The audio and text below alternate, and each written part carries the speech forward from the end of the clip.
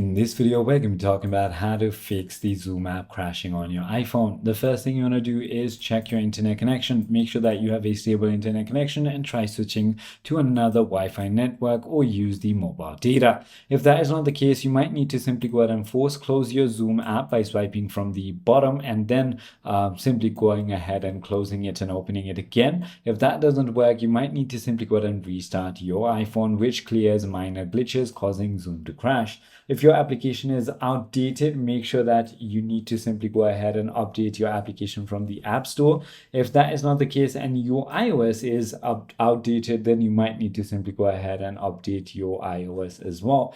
The other thing you can do is also make sure that you have a free storage space for your application, or you could also try uninstalling and reinstalling the application. If none of it works, simply contact their support team at support.zoom.us. I hope this video clarifies everything for you. If you have further more queries, feel free to comment down below and I'll see you on the next one.